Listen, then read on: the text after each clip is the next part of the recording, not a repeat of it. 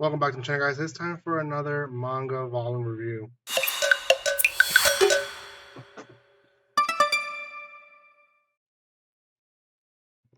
Welcome once again. This is going to be on it's a long name. I need to look at it.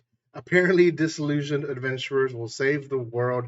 The ultimate party is born. This is volume one of that series, which in the anime series that I'm actually reacting to it is called Negen. I could have sworn this one in particular has a different name when it comes to the actual series being released. So I want to double check here for you guys before I go. Yeah. So the actual anime releasing is called Nijin Fushin Adventurers Who Don't Believe in Humanity Will Save the World.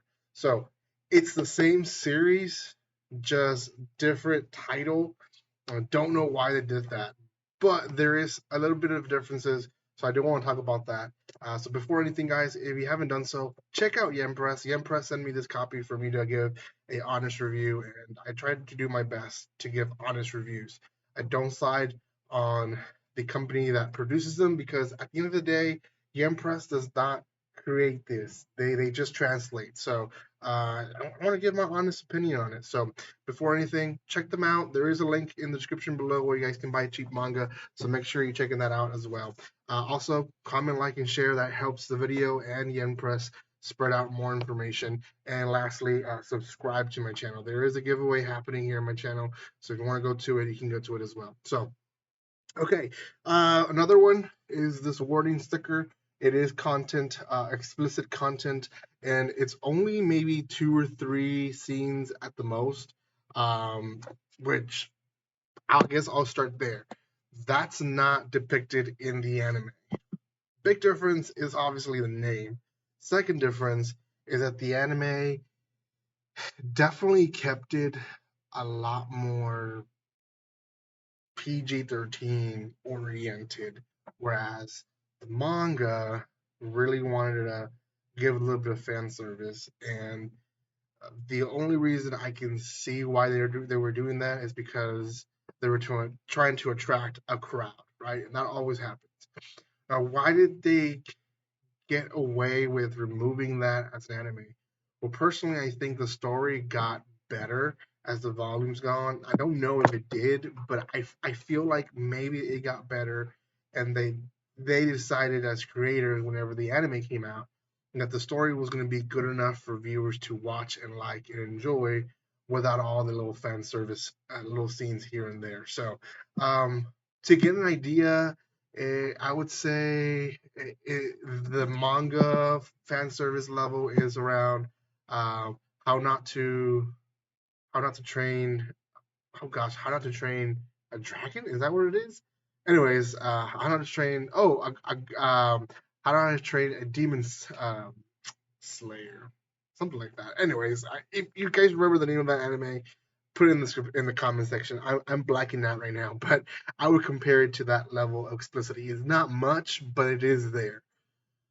Story wise, well, if you have seen the first episode, um, or two, really, 2 episodes, that's really what it covers. It covers about the first 2 episodes, and it really starts with introducing the characters and their habits and stuff like that. Why they became poor, why they're disillusioned with their adventuring life, the addiction the guy fell into, the idol, stuff like that. So one of it is Nick. Nick is the main character. At least they kind of portray him as the main character in the first volume, and we get his story in more detail in the manga that we see in the actual anime. So we get kind of more of the beginning of him being crushed by his mentor, which, by the way, is portrayed completely different in the manga. In the anime, it almost seemed like the guy just used him and didn't really care for him.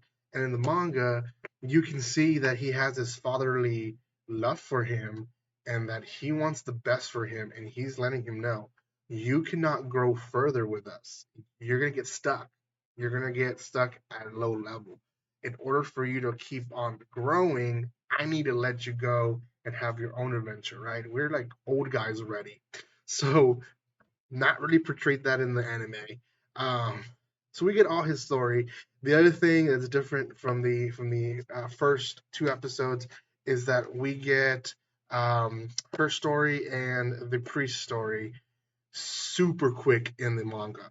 In the anime, we get details. We get how there's a little girl who fell in love with him and then turned him into the authorities because he didn't have the same feelings, and then he became basically a perv in the eyes of everyone because she told everyone that he was hitting on her, which he wasn't, and everyone turned their backs on him. And super detailed in the anime.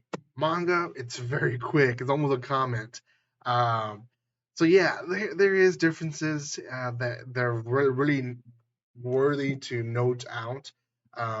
And personally, I really enjoyed the manga. The pace of the manga, like I said, parts were faster, parts were slower, and I think it was doing a better job. I feel like the manga is gonna go piece by piece and focus character by character and grow each character as it goes. Whereas the anime was kind of rushing everything in two episodes to introduce everyone who they were so they could actually start with the story. So we'll see how each one goes. For sure, I'm still reacting to the anime. Um, Hopefully, I can get my hands to the second volume and see how this one goes. But for now, comment, like, and share, guys. Check out Yempress again. Thank you again for sending me this copy for me to review for you guys. I will have more stuff coming out. Trying my best to keep on just pushing out content for you guys. Thank you so much if you guys are coming back and watching my stuff. So thank you for your love and support. If you haven't done so, subscribe. And guys, like always, don't be strangers. See you guys.